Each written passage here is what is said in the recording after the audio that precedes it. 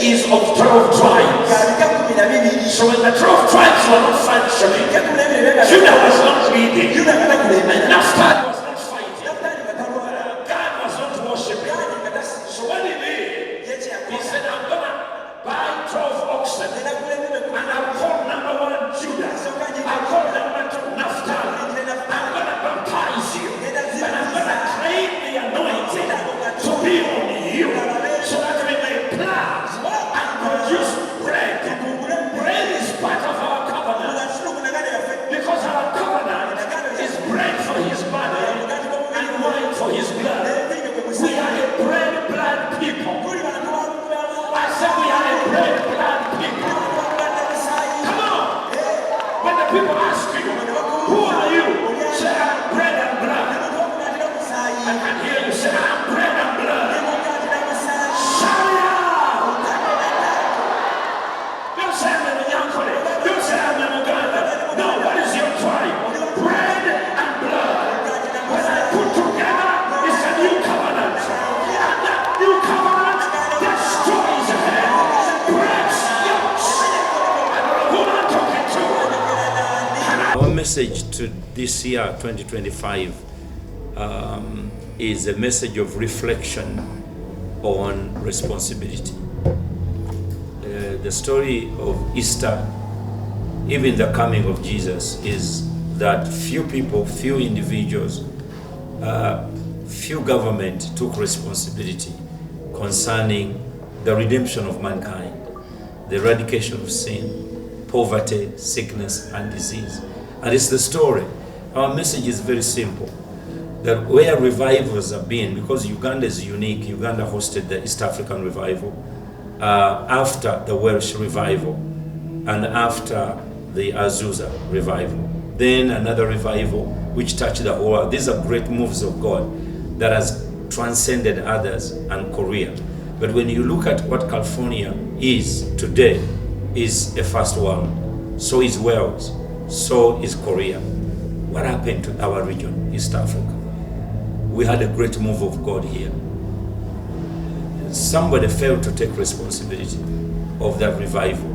Somebody failed to take the lessons to learn, to be learned from that revival.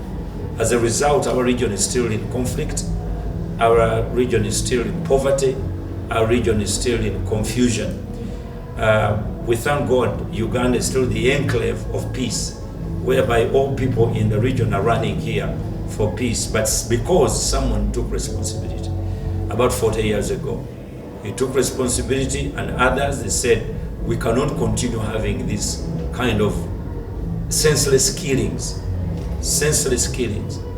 And the peace we have in Uganda, freedom of worship, freedom of expression, whatever we talk about now, even the prospectus that next year we're going to have election, because some few people took responsibility.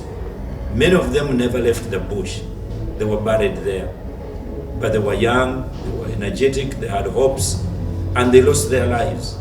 And without taking personal, community, national responsibility, it's very difficult for people to emancipate themselves and develop themselves. That's why in the region here, when we first came here nearly 20-25 years ago, Kabaka's lake was larger than it is now. It has diminished. It's no longer a lake. It looked like a pond.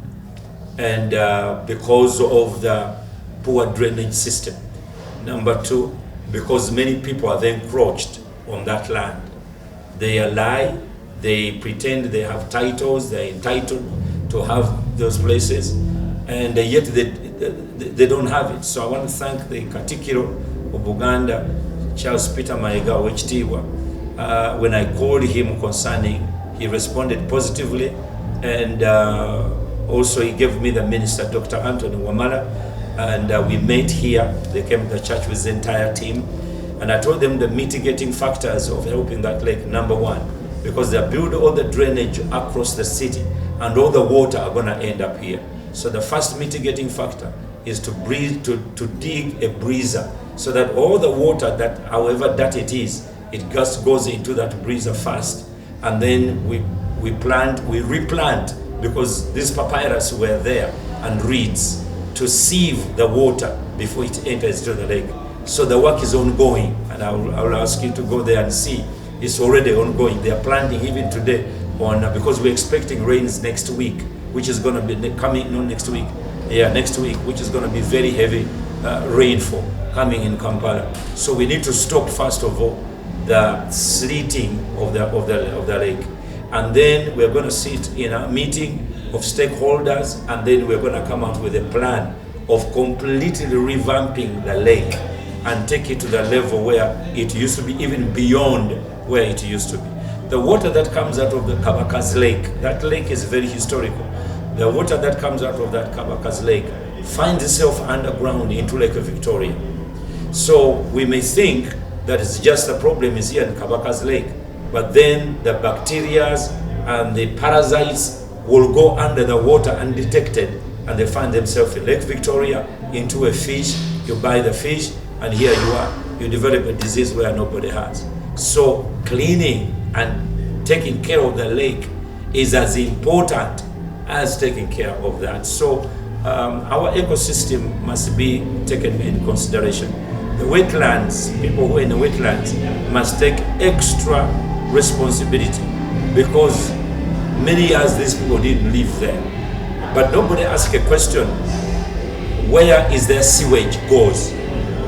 If you're living in a wetland, where is your sewage? You're not on a dry land where you can sieve the water through purification by natural means. So what's going to happen? So that's why one of the things that we are really discussing, and the people have been on the hills here, whenever it rains, they release the sewage. It bypasses us here through our drainage system. You hear the smell, and it ends up in Kabaka's lake. And that is abuse of the highest degree. So we are already solving that situation as of now. First of all, to stop the sleeting of the lake by holding the water, and then through the papyrus, and then we'll have to go and deslete and work on that lake and take out all the filth and everything, which is going to take some time, and we believe that will work. So that is something that is our concern, and we are concerned of everyone, and we believe that will happen. Yeah. So you can give